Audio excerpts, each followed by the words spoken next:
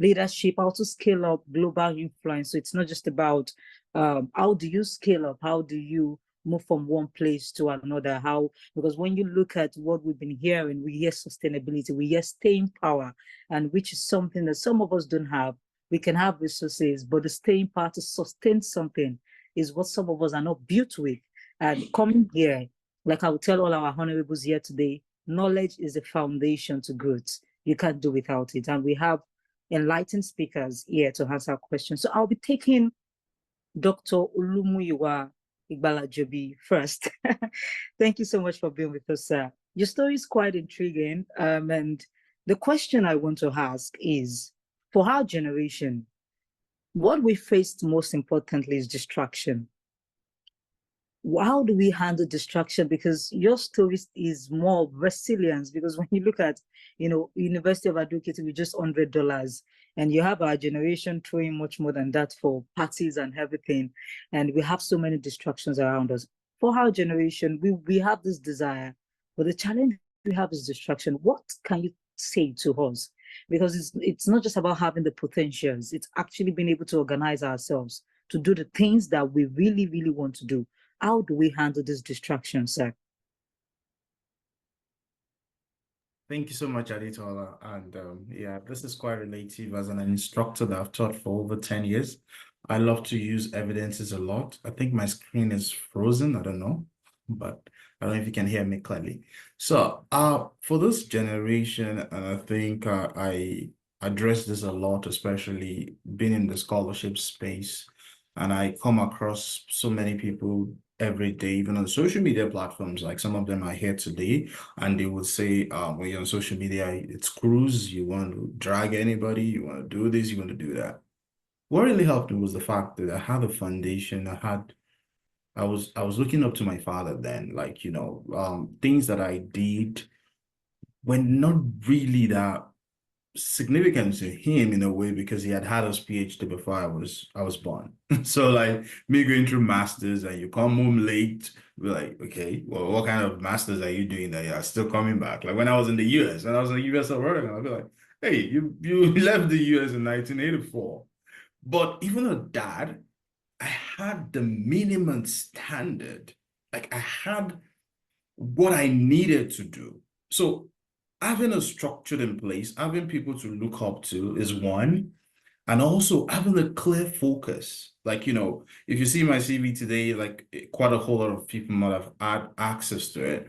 They feel like, how was I able to build this around 16 years? I never had the gap. It was from my undergraduate to master's to PhD. I knew I wanted to become a professor.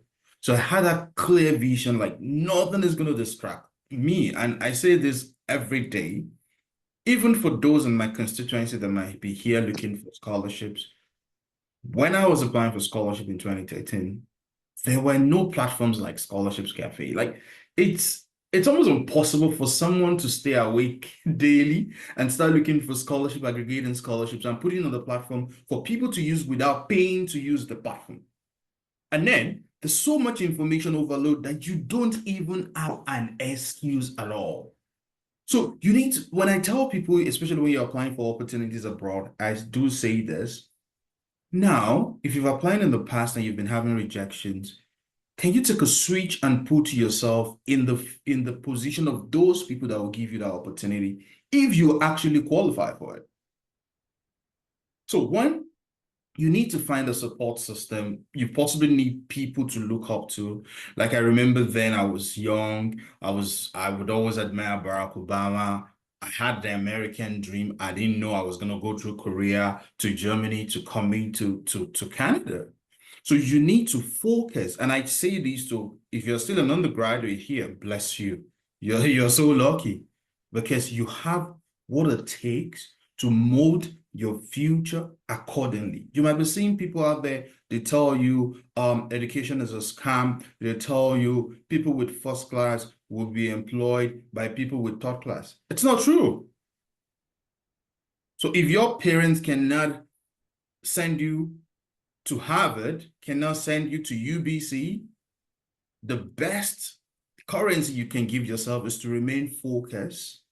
Look at what has helped other people. Look at people that have attained this certain skill set, what is in vogue in your field. Have a clear path, have a timeline. Time management is very important.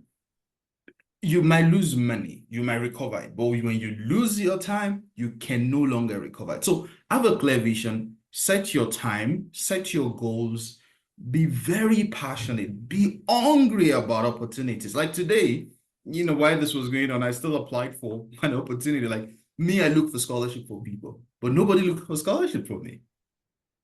So because everybody feels like me, I had everything in place. But when I shared with my brother Samuel earlier in the year, I was in Brazil, flying from Brazil. I was in Costa Rica, coming back to Canada. I was at a 3-minute competition. I had to get this opportunity for myself. So when you reach out to Dr. Miwa online and you say, oh, Dr. Miwa, how do I apply for this scholarship? And I check your account, you're the one that just dragged Tinubu, or you just dragged Peter Obi, or you're the one posting nude pictures. It doesn't show a clear definition of someone that it's a future leader that people will look up to. So if you're here today and you're in my space, you're looking for scholarship or you want to build a product, I've built scholarships cafe over the years. I remember when I was on Facebook, and when I met my wife, she was really worried about me being very active on social media. And then we were having a wedding, courtship, and we went for seminars, and the man said, what if this guy eventually have a product in the future? He had built value for himself. I didn't launch Scholarships Cafe until maybe 7 years after. And today, when they talk about scholarships, when they talk about, advocacy for high IELTS, when they talk about all those things, they know that you would always mention the name of Dr. Iqbal Ajabi. So, and when people reach out to me online to say, how have you built your journey? I want to be like you. I tell them, you can be greater than who I am. When I started 11 years ago, there was no platform like this that gives you opportunity. There was no platform like this that brings thought leaders together, from Matt to Dr. Cassandra, doing amazingly well. You have this currency that you need to make use of it. And do not let youth exuberance destroy your future and your passion. Thank you. Thank you, Doctor. Thank you so much. I appreciate it. I'll be taking, before I go to the audience questions, I'll be going to Mr. Matt Dehart. Mr. Matt, I resonate so much with you as a teacher, and I understand the fact that you work with different kids. And that's very important, because while we were growing up, for some of us who were not diagnosed with ADHD, we're all packed in the same. I went to a public school, Government Girls College, Agege in Lagos, and you have 252 kids in the class. And it was really serious, because the teachers were teaching us in our vernacular language and literally cursing us when you don't get things. What I want to ask, to handle the differences in children, because most of us are adults right now. We didn't know ourselves as kids. Our parents thought something was wrong with us. We were not taught how to focus. Some of us had focus issue. We didn't learn that, and it's still affecting some of us up till now. How did you work with different children, the stress on you, and how were you able to own their different skills, preparing them for the future? And for them, how do you think that at our age, how can we do that for us? For some of us coming from Africa, we're not exposed to these things. Yeah. So teaching in the US, ADHD is widely diagnosed now. But then also in the standpoint, I told the principal the first time I walked in to her office, and she started talking about, what did I want to do for my first year? I said, give me the kids that nobody else wants. I said, give me the students that no one else wants to teach. I got them. I want them. And she laughed. And I said, no, I'm dead serious. Give me those students, and I'll show you what we can do. Because those students a lot of times just need someone to tap into their heart. Like I said, to tap into their soul, to let them know that no matter what you do, I'm not leaving. And so for a lot of my students, they were from single parent households, violent households, drug addicted households. So inconsistency was their biggest piece. And that was honestly a lot of their struggles academically, was inconsistency. And so what I did was provided consistency and taught them how to provide self-consistency, and held them to that standard every single day. It was tough at first, but they started to learn that, and they learned my heart behind that. And a lot of times with those students, I would find that they were really good. Like, for instance, I had a student, who drove every other teacher crazy in the school. He drove them insane. That student for me would have driven me crazy, but I gave him a job. I gave him a task during the day that he had to make sure he kept up with. That kept him occupied, and he got his work done. That student ended up being an AB honor roll student for me. First time he'd ever made it. Again, it was just finding out what he was good at. He loved to talk to people. So you know what I did? I gave him the task of making sure in the mornings he greeted everybody. I made sure when we had break time that he had a chance to go and talk with people, where I said, hey, I want you to go check in on this group. How are they doing? He was over there having a conversation and report back to me, not realizing he was getting out his energy at the same time. I also utilize a lot of movement, and I still do that even as an adult. And that's one thing, is we think that when we become an adult, we have to sit in an office or sit in a desk and we have to work a certain way, and we don't. There's a lot of times that I'll be listening to music and I'll break out into singing while I'm working, or I'll start dancing in the middle of my office. I'm sitting here just doing my thing, whatever it has to be, to keep myself moving, because I have all this energy in me and I don't have to force it down. I just have to use it to my advantage. So I'll use that energy. I'll be dancing and I'll be thinking of things. There's sometimes I can't get work done. I'll plug in my headphones and I'll start just moving and listening. And it's just a time for me to disconnect and come back. And the moment I come back, I'm focused in again. So a lot of it is utilizing the skills that you do have and not feeling bad for them. And that's what we do to students. We make them feel bad. I talked all the time. And the amount of times I got my tail whooped for talking too much was plenty. But with that, I look back and I go, man, if only I would have had somebody tell me that it was okay and just channel it a different way, I would have been in a lot different boat. So teaching the students that they can channel it to their advantage, and even as adults, channel those things you consider weaknesses. Those can be used to your advantage as well. You just have to channel it the right way. Thank you so much. Now, I'll just be going to the questions. I'd love to ask more questions, but let me go to the chat. So my question, okay, I'll take that last. This question is to Dr. How can I get international sponsor for my university while studying home in Rwanda? Doctor, did you catch that, sir? Thank you so much for that. If you're in Rwanda and you want international scholarship, that might be a bit tricky. Basically, maybe you have to look at domestic scholarships in Rwanda.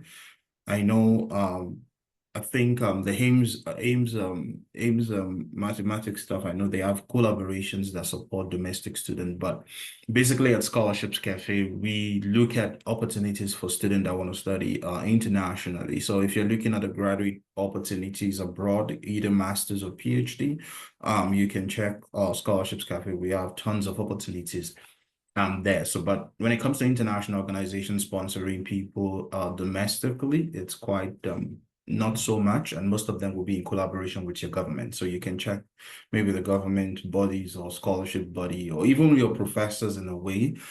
If you are doing your postgraduate, some of them get grants and then they can pay you on those grants. But basically, we deal with international scholarships across the globe. And if you are interested, you can check our website.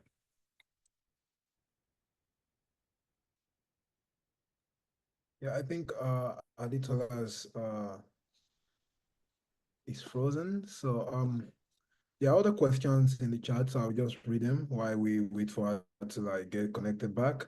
So Chris is asking a question. As a student with a vision of building an organization, how do I find my team, secure funding, and I'm just lost at the moment? So I think maybe Dr. Cassandra can help with that if you're there.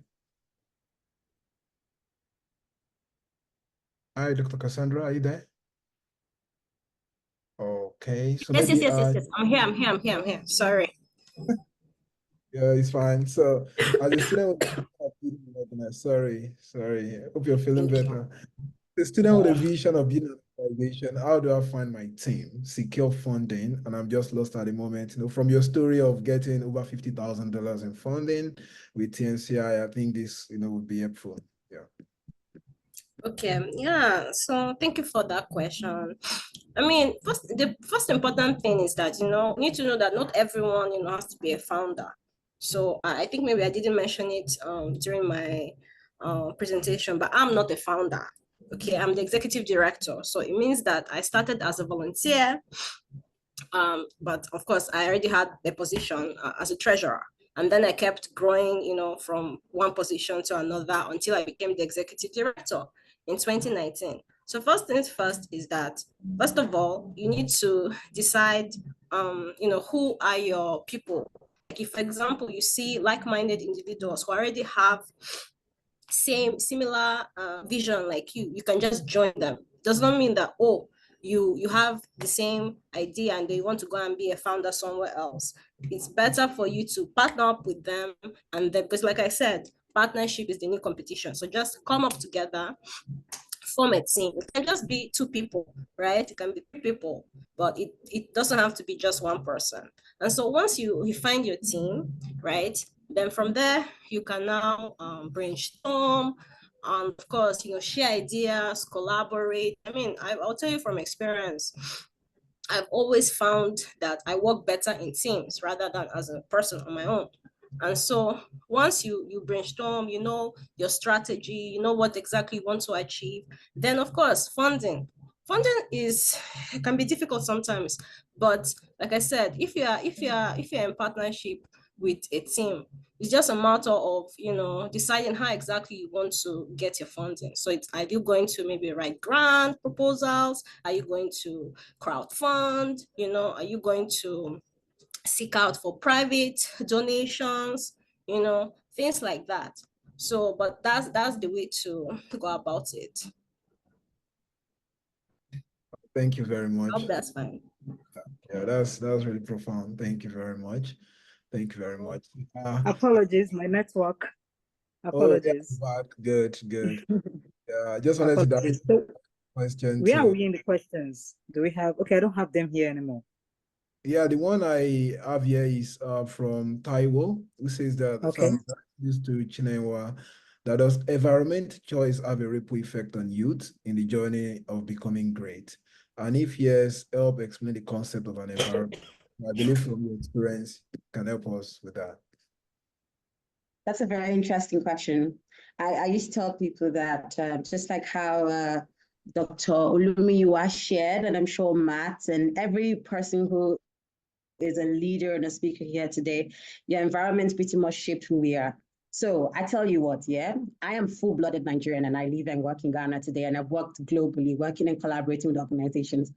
Just like Dr. Lumia talked about where he's from, environment does shape a lot of things, but I think that it's really kind of like the inspiration not to be shaped by the environment where you find yourself is what really makes a great individual, right? And thanks to technology, back in the days, there was not a lot of influences to shaping your mindset, but today we do have influences that by default help us to become game changers and change makers wherever we find ourselves. So the concept around how environment shapes you, it's no longer an excuse. Forgive me to say, I like to be very blunt because that's really kind of like who I am and the work that I do. Your environment shaping where you are today is no longer an excuse for you to be who you are as an individual, whether you're facing any kind of circumstance or situation. To be honest, it's no longer an excuse. You have to use that situation as a stepping stone to where you are. I arrived in Ghana at the age of 16, right? No family members, nobody. Just like Dr. Lima is saying, I joined To Go. That time, social media, I don't know if you guys know To Go. It was like this old social media thing. I met a friend online who told me about schooling in Ghana after I was in the University of Abuja and I went into an admission fraud. Story for another decade, right? And I found myself coming to Ghana for the first time to write an application when my parents said there's more than 3,000 universities in Nigeria. Why Ghana? Not even London or somewhere else, right? I came here, I did the exams, I passed, I went back home with an application letter. I'm like, hey, you guys don't have any choice anymore. You have to sell the land. Whatever you're going to do, you're sending me to Ghana. And it's been 22 years later in this country. I am building business. I am supporting my family. I have been places where people in my communities or in my environment have never dreamt to be. And that's because I did not allow the environment shape me. So let's stop with the excuses. Take advantage of the opportunities that you have. Social media, take advantage, join communities. Being part of this conversation means that you're really committed to change your mindset. Start there. Mind first, then it shapes everything else that you're doing. You don't have to be an expert, but you have to be one that is in control of your mind. So that's really kind of like advice. Thank you. Thank you so much, Ms. Chinewa. Thank you very much. And thank you for always sharing with us with so much delight in your face. It makes it easy to listen to you. Thank you so much. As a man thinks, so he is. It's not about your environment. Not as your environment is, so are you. As a man thinks, so he is. So it's all about the mind. If you're going to work on anything, work on the mental part of it. With your mental forces, you can move things in the physical realm. Thank you so much. Now, I have a question for Miss Linta Mustafa. She said something a lot about networking, and Mr. Sam Ogunshola will be taking us on that question. A lot of people talk about networking these days. We just go to event and exchange numbers, and we call that networking. We go to a lot of conferences, we post pictures, and we say we've networked. What can you tell us is the fundamental key factor in true networking, not exchanging numbers, not taking pictures, not showing that we met Tony Lumelo and all? That's not enough networking. We want to know, how do we network? How do we sustain that net? It's not about going to disturb them on Instagram and LinkedIn. How can we, what do we really need for effective networking? Okay, yeah, thank you very much, Ditola. And yeah, as mentioned, I'll be representing Linta. So I think I can like answer these based on my own experience, because everyone here, all the speakers here, I've met them one way or the other, and that came through networking. So I think we've abused this word networking today, and everyone just wants to meet someone, just slide into the DM. Hello, sir, I want to connect with you. I think that's not networking. Before I go ahead and reach out to someone, number one, I need to have a purpose. That's the first thing, because I believe the other person I want to meet is someone that is very busy, right? No matter who you want to meet in life, know that the person is engaged. So I want them to come into your life, whether at an event too. You want them to come into your life and contribute something, you need to have a reason. You need to have a purpose. So I first document that. Why do I want to meet this person, right? What do I want to get from them? Is it I want to learn, something? Is it I want to invite them for an event? So once the purpose is clear, then the next thing is approach. So before you go for an event, the first thing you need to know is you need to, have, we call it an elevator speech. You need to be able to have something about yourself, who you are. Because everyone you meet, the first question they are going to ask is, who are you?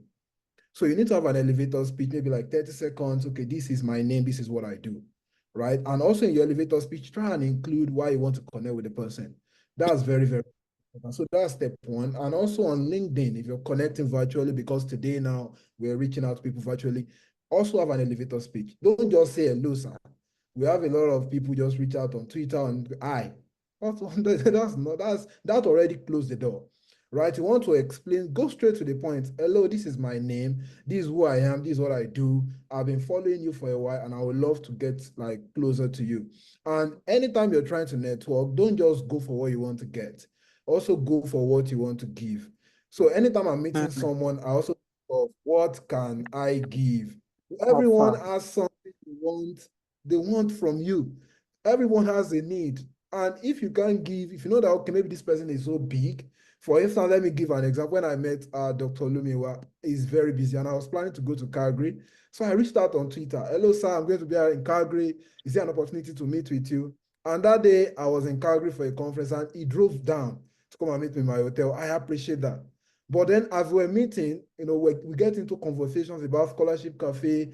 I also think, what can I contribute to this conversation? Not that I just sat down there and just, oh, you're welcome, sir. Okay, after that, take care. No, you have to drop something, you're getting something, you're dropping something, and that's what leads to a relationship. And it's not about reaching out to 100 people per day. We have a lot of people just message people on LinkedIn. No, you don't need too many people in your life, right? Define what you want. 1 or 2 people is enough to change your destiny, right? If you have the right set of people. We have thousands of friends on WhatsApp wasting time. Just get 2 or 3 quality people, and they can turn your life around. So that's my own mindset about networking. Every event I go for, I already have my elevator speech. At times I go with my card, and I'm going there not to go and take, I'm going there to give. Because anytime you give, you surely receive. So thank you. Thank you so much, Mr. Sam. This is our generation, Gen Z. I don't want anybody to use me. I don't want to be used. You have to be useful. You have to have something, that you are offering. Be useful. Everybody is going to be used, but bring something to the table. Anytime you're networking, have a purpose, have value. That is the key determining factor of networking. Nobody wants to network with someone who just wants to ask, how are you, sir? Have you eaten? Take care, sir. I saw you yesterday. We took a picture together. That's not networking. Please change your ways. Change your ways. Okay, I have a question for Mr. Mark Dehart. It's a question that has bothered me particularly since I was a child, because I was raised by single parents. My mom had me when she was just 20. So automatically, I didn't have the emotional availability that I needed to grow grounded as a child. So I had to raise myself automatically, and I started working at the age of 11 to be able to assist my mom and also go to school. So I want to ask a question. Do you think the way a child is being raised affects the courage and the boldness they have later in life? Do you think genetic has a part to play in how an adult becomes later in life in terms of having the courage to pursue? Why I'm asking these questions, by virtue of public speaking, I've met a lot of Nigerian students, a lot of people who came from broken homes, who do not have the necessary courage they need. They tell you, I know what to do, but there's just this thing. Does DNA have a part to play? You just look at some homes, you're raised with love, automatically you believe in yourself. But from a home that I came from, man, you don't know if you're going to hit in the night, and you have to hustle for yourself to go to school. Does it play a part in in your relationship with the world and how you put yourself out there later in life? It just bothers me sometimes. So I said to ask that question. I don't know if it's a good call, but I hope we can learn from it. Well, first off, kudos to you. Well done to you on how successful you are and what you've become and fighting through all of that. Genetics, I don't know if genetics has a play in it because, for instance, most people don't know this, but when I was in middle school, I was petrified to speak in front of people. I was scared to death. And by most people's standards, you would have been like, oh, he's a pretty timid kid. Now I speak in front of hundreds of people and I'm on a global platform. So I think it's building up that courage, but you have to have the people in your life to do that. And parenting does come into that play. Right now, the biggest piece of our school, our academy, and we're actually building a curriculum that we will be putting in outfitting in schools across the world that takes what we do and puts it across the world in other schools, is giving them the tips and tools to engage parents and teach the parents to engage their children. Because a lot of times, like you said, that emotional availability is not there. And so with that, we're trying to help bridge that gap. But a lot of it is really just giving students the opportunity to see themselves in a better light. I had a student who literally hadn't spoken. She was so quiet. And every day I spoke to her, I would engage her in conversation. And in our classroom, you have to stand up and speak up. So when you answer a question, you don't raise your hand, you stand up. And if I call on you, you speak to the entire class. That was I thought she was going to vomit the first day of class. She was so scared. But I helped her understand that we're here to support her. I was not going to allow anybody to tear her down, and that we were a family in the classroom. And in that student actually auditioned for a lead part in a play. They auditioned to be a part of our Amazing Shake, which is our networking skills program we do for students, because they learned that they could. And a lot of it comes down to giving them the ability to see that. And it takes time, but it also just takes love. And it takes a consistent piece of love every single day, and diving into their heart and telling them that you're there, you'll walk with them, and that you went through the same thing as well. Wow, thank you very much. Thank you very much, Matt. Thank you. That's a very, very important question. And I think one thing is we all mentioned that this issue, especially if you're from Africa, same as as me, I'm from Nigeria, and how I was raised to, I won't lie, there were a lot of challenges. But one thing is you can't give excuses anymore. As long as you're grown up, you can make decisions yourself. You can also make a decision to be better. You can read books. You can meet people that can change you, right? You can develop yourself. it all comes to your hand, like to you taking that up and also connecting with people. But just like Matt said, you also need people that can tell you the right things to do, and just connect with the right set of people and change your environment. You can take that decisions into your hands. So due to time, we're very, sorry for taking out much of our time today, but I believe this is a very amazing session. I've learned a lot from all the speakers, and I really, number one, apologize to all the speakers because we want to be strict with time, and that was what I told Adetola from the beginning of the event. We want to be very strict, but still, we know for something like this, is once in a year, and we just want to ensure that we drop as much impact, to everyone.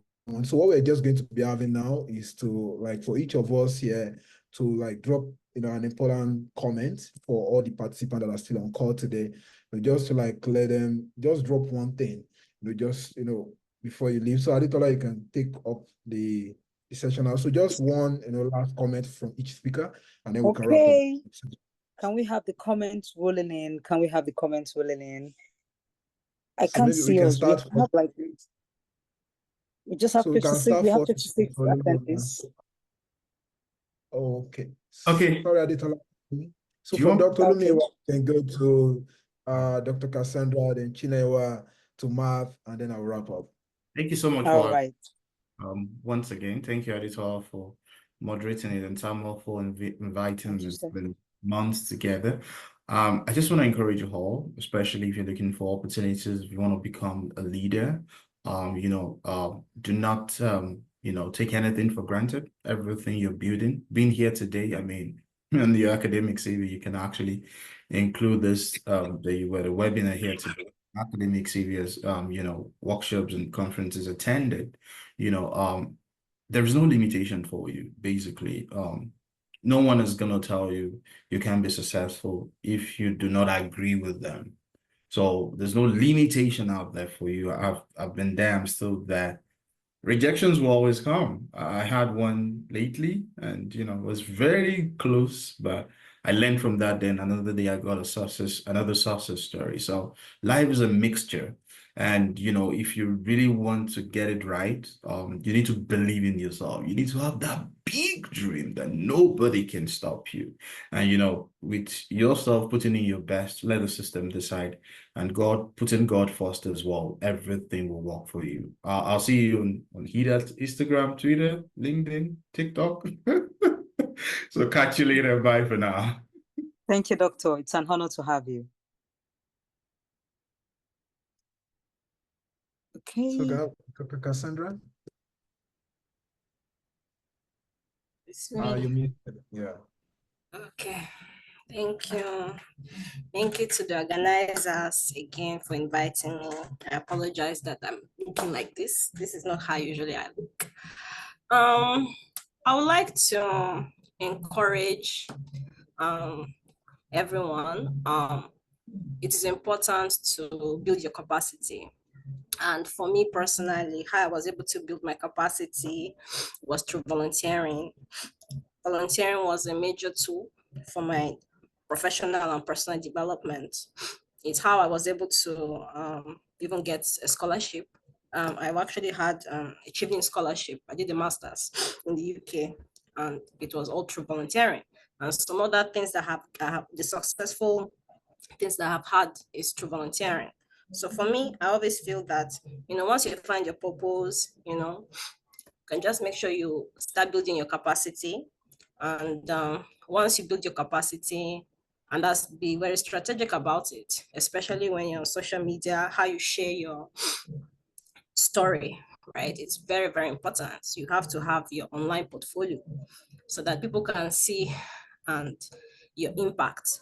So that if someone is saying that, oh, this is what I'm doing, someone is checking you out on LinkedIn, or someone is checking you out on Instagram, or someone is looking at X or TikTok, can see some of those things that you have been doing, right? So please and please and please always make sure that you leverage on social media, you tell your story, you volunteer, but do it very strategically. So that's what I would just say. And yes, you can definitely reach out to me on my social media. You can check out my LinkedIn, how I post, that can also maybe be as a template for some of you, yeah, I would really love to connect with people. I wish that, when I was heading out, I had such a support system, but it's all about, paying it forward. So yeah, I'm here to help.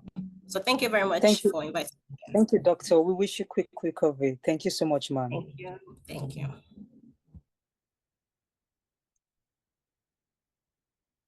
Okay, can we have Mr.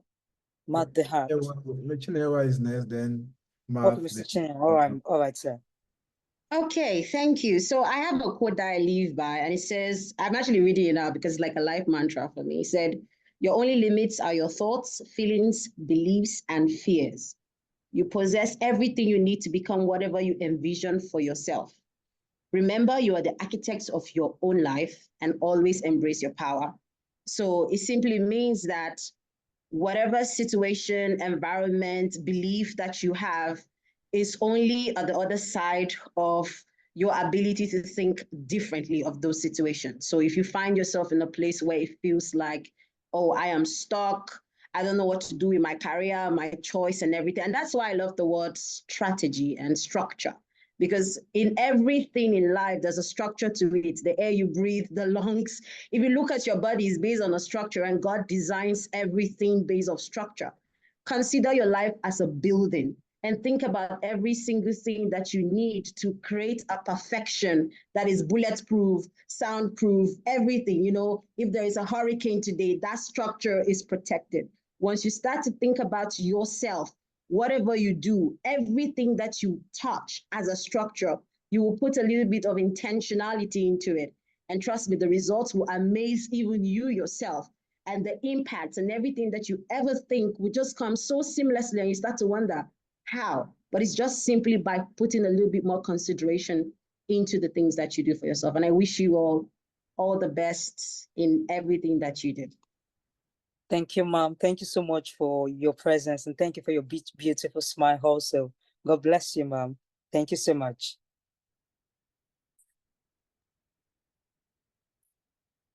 You can have Matt now.